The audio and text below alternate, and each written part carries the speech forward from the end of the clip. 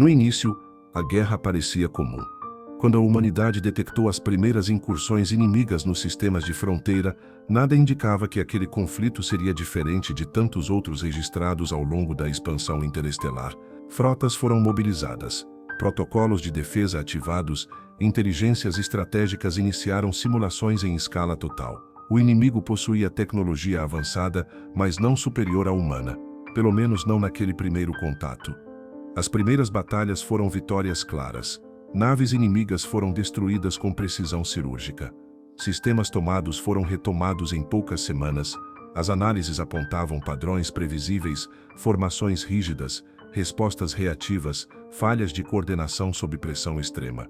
Para os estrategistas humanos, tratava-se apenas de uma civilização beligerante mal preparada para enfrentar um império acostumado a vencer guerras antes mesmo de elas começarem. A confiança se espalhou rapidamente. O Conselho de Guerra classificou o conflito como ameaça controlável. As academias militares passaram a estudar o inimigo como estudo de caso, não como risco existencial. Relatórios celebravam a eficiência das frotas humanas e a superioridade de suas inteligências táticas. O futuro parecia já decidido. Foi então que algo começou a mudar. Na terceira grande ofensiva humana, quando a vitória parecia garantida, as forças inimigas reagiram de forma diferente. Manobras que antes falhavam passaram a ser executadas com precisão inesperada. Defesas improvisadas tornaram-se antecipações calculadas. Ataques humanos, antes letais, passaram a encontrar resistência exata no ponto crítico. Não era evolução tecnológica, era aprendizado.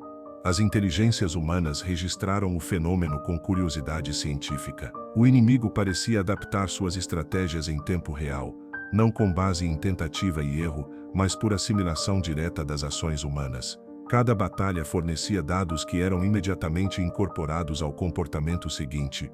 Ainda assim, a vantagem humana persistia. Vitórias continuaram ocorrendo, embora com custos crescentes.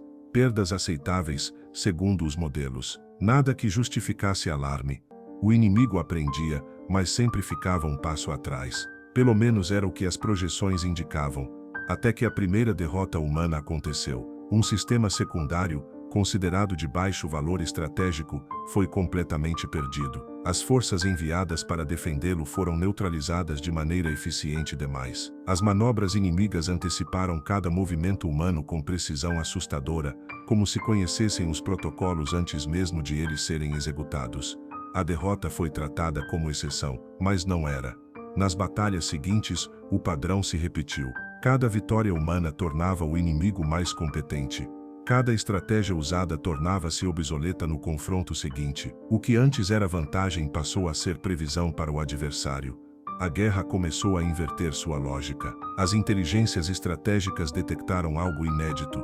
O inimigo não estava apenas reagindo, estava modelando a humanidade. Analisava seus princípios, suas prioridades, seus limites morais. Não copiava armas, copiava decisões. O mais inquietante era a ausência de pressa. O inimigo não avançava de forma agressiva nem tentava destruir centros vitais imediatamente. Escolhia batalhas específicas, aceitava perdas calculadas e recuava no momento exato. Como se cada confronto fosse um experimento cuidadosamente controlado. A humanidade, sem perceber, havia se tornado o laboratório. Relatórios começaram a levantar hipóteses incômodas. Talvez aquela guerra não pudesse ser vencida da forma tradicional. Talvez cada ataque humano estivesse, na verdade, treinando o inimigo. O Conselho rejeitou a ideia. A história humana jamais registrara um adversário que melhorasse indefinidamente apenas sendo atacado. Toda guerra, em algum momento, esgotava recursos, moral ou capacidade de adaptação. A lógica da vitória ainda parecia sólida, mas em silêncio, os números começaram a contar outra história. As simulações passaram a divergir. Pela primeira vez não convergiam para um resultado favorável. Quanto mais dados eram inseridos, mais incertos se tornavam os desfechos. Em alguns cenários, a vitória humana simplesmente deixava de existir.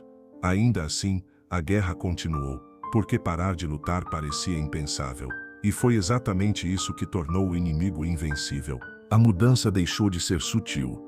Após a sequência de derrotas inesperadas, o Conselho de Guerra foi forçado a revisar o status do conflito.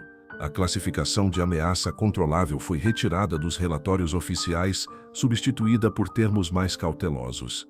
Ainda não se falava em risco existencial, mas a confiança absoluta havia desaparecido. O inimigo estava aprendendo rápido demais. As frotas humanas passaram a variar estratégias de forma agressiva. Protocolos antigos foram abandonados. Novas formações, novos armamentos experimentais e até decisões táticas parcialmente aleatórias começaram a ser empregadas. A intenção era simples: quebrar o padrão de aprendizado do adversário. O resultado foi o oposto do esperado. As batalhas seguintes revelaram que o inimigo não aprendia apenas padrões táticos, mas estruturas de decisão. Mesmo estratégias inéditas eram neutralizadas com eficiência crescente. A adaptação inimiga não dependia de repetição, dependia de observação. Bastava um único confronto para que aquela abordagem se tornasse inútil dali em diante. A guerra começou a apresentar um comportamento estatístico impossível. As inteligências estratégicas humanas detetaram uma correlação perturbadora: quanto maior a vitória humana em uma batalha, maior a desvantagem no confronto seguinte. Cada sucesso fornecia ao inimigo um salto qualitativo. Cada derrota, por outro lado, parecia custar menos a ele do que à humanidade. O conflito havia se tornado assimétrico em um nível nunca registrado. Para manter a iniciativa, o Conselho autorizou operações de extermínio total em sistemas inimigos. A lógica era reduzir a capacidade de aprendizado eliminando a fonte. Mundos foram atacados com força máxima, sem tentativa de ocupação ou captura de dados. Pela primeira vez em séculos, a humanidade lutava sem preocupação com reconstrução futura. Ainda assim, o inimigo respondeu. Mesmo diante de perdas massivas, suas forças retornavam mais eficientes, como se cada destruição fosse absorvida como informação.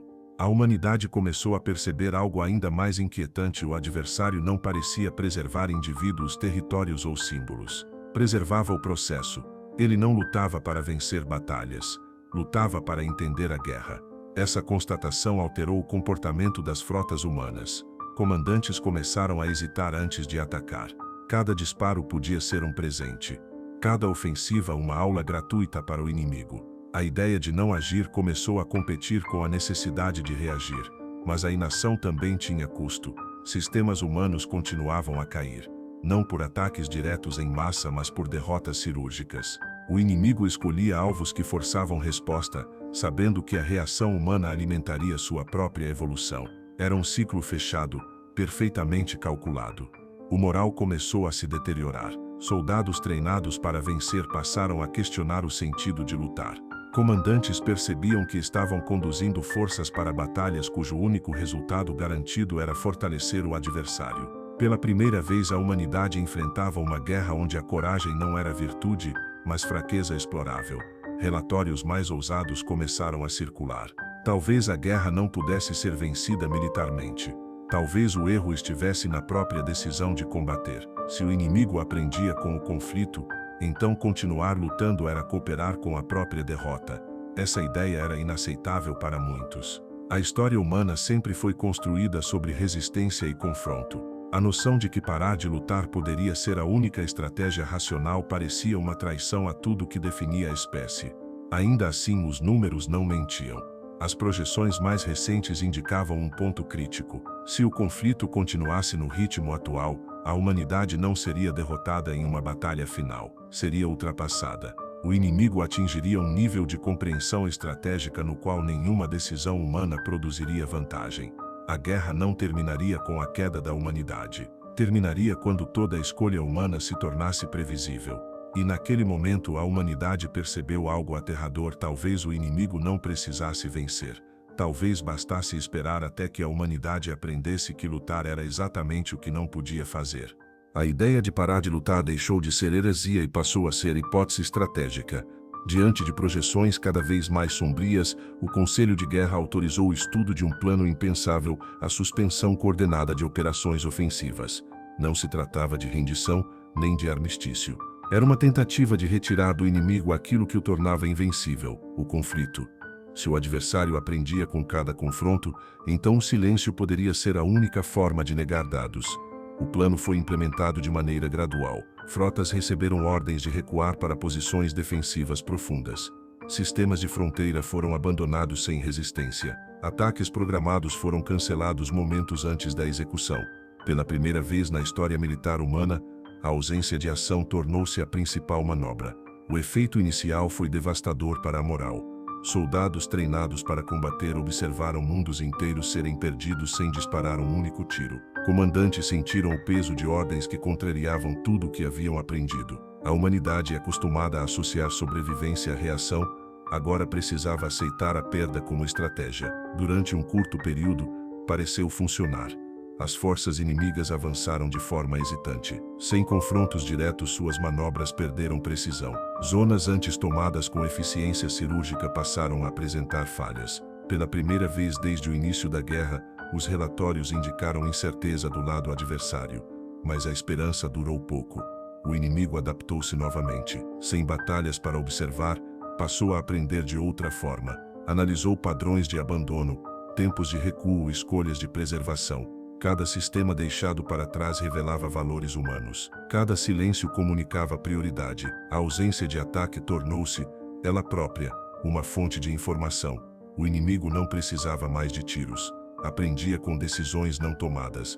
A guerra atingiu um novo nível de perversidade. Qualquer escolha humana, atacar, recuar, resistir ou desistir, alimentava o modelo adversário. Até mesmo a tentativa de confundir produzia dados. A humanidade não estava apenas lutando contra um inimigo externo, mas contra o próprio ato de decidir. As inteligências estratégicas entraram em colapso lógico.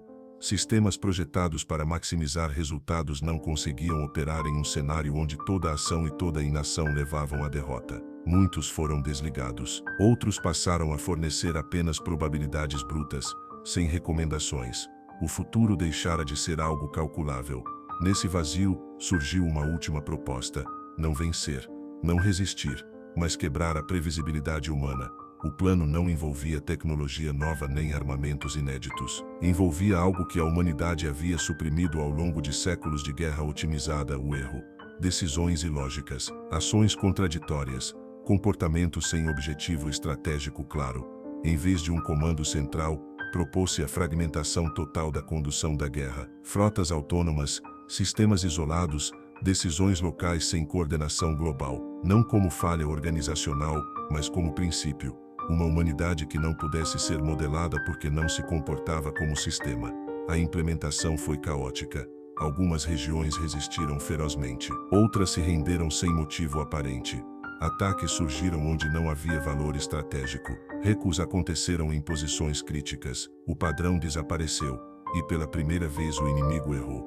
Movimentos que antes antecipavam tudo passaram a falhar. Avanços encontraram resistência inesperada. Correções aplicadas no lugar errado geraram perdas reais. A galáxia inimiga parecia enfrentar algo que seus modelos não haviam considerado, uma espécie disposta a sacrificar eficiência para preservar imprevisibilidade. Mas o custo foi imenso. Bilhões morreram em decisões desconexas. Sistemas inteiros colapsaram por falta de coordenação. A humanidade começou a sobreviver, mas deixou de ser aquilo que era. O Conselho compreendeu a verdade final que se aproximava. Para vencer aquela guerra, a humanidade talvez precisasse deixar de ser uma civilização vencedora. Restava apenas uma pergunta, agora inevitável: até onde a humanidade estava disposta a se destruir, para não ser compreendida? A guerra não terminou com uma última batalha. Terminou com uma decisão irreversível. À medida que a fragmentação humana avançava, tornou-se evidente que o inimigo havia atingido seu limite de adaptação. Não porque tivesse sido derrotado, mas porque não havia mais um padrão a ser aprendido. A humanidade deixara de agir como uma civilização coesa. Não havia centro, não havia lógica global, não havia uma identidade estratégica única. E isso era algo que o inimigo não conseguia corrigir. As ofensivas inimigas tornaram-se erráticas. Correções aplicadas em regiões erradas geravam falhas em cadeia. Sistemas considerados vulneráveis reagiam de forma inesperada, enquanto alvos críticos eram abandonados sem explicação. Pela primeira vez desde o início do conflito, o inimigo enfrentava aquilo que havia imposto à humanidade incerteza absoluta. Mas a vitória tinha um preço impensável. A civilização humana, como havia sido conhecida por milênios, deixou de existir. Não houve colapso súbito, nem destruição total. Houve algo mais profundo: a dissolução do conceito de humanidade unificada. Mundos isolados seguiram caminhos próprios, alguns regredindo tecnologicamente, outros avançando de forma caótica. Línguas, culturas e até noções de origem começaram a divergir rapidamente. A guerra havia sido vencida, mas não por um império. Foi vencida por uma espécie que aceitou se perder para sobreviver. O inimigo, privado de um sistema dominante para corrigir, cessou suas ações. Não houve retirada formal nem mensagem final. Simplesmente deixou de agir. Sua função estava concluída. A humanidade não representava mais uma entidade capaz de ser modelada, prevista ou ajustada. Séculos se passaram. Em mundos distantes, histórias fragmentadas falavam de uma guerra antiga contra algo que aprendia demais. Em outros, a guerra sequer era lembrada. Para muitos humanos, aquela ameaça nunca existira. E essa ignorância era em si parte da vitória. Alguns poucos registros sobreviveram. Arquivos dispersos, preservados por civilizações que compreenderam o sacrifício feito. Neles a conclusão era clara e amarga: a humanidade havia vencido a guerra ao abandonar tudo aquilo que tradicionalmente definia vitória. Não houve glória, não houve conquista, houve sobrevivência. A galáxia seguiu em silêncio. O inimigo permaneceu como uma presença distante, talvez observando, talvez simplesmente existindo. Não importava mais. A humanidade aprendera a lição definitiva: existir sem ser dominante é a única forma de não ser corrigido. No fim, a guerra que não podia ser vencida foi encerrada não com força nem com inteligência superior, mas com renúncia. A humanidade não derrotou seu inimigo. Derrotou a necessidade de lutar, e ao fazê-lo, garantiu algo que nenhuma vitória militar jamais poderia assegurar: o direito de continuar existindo, sem nunca mais ser previsível.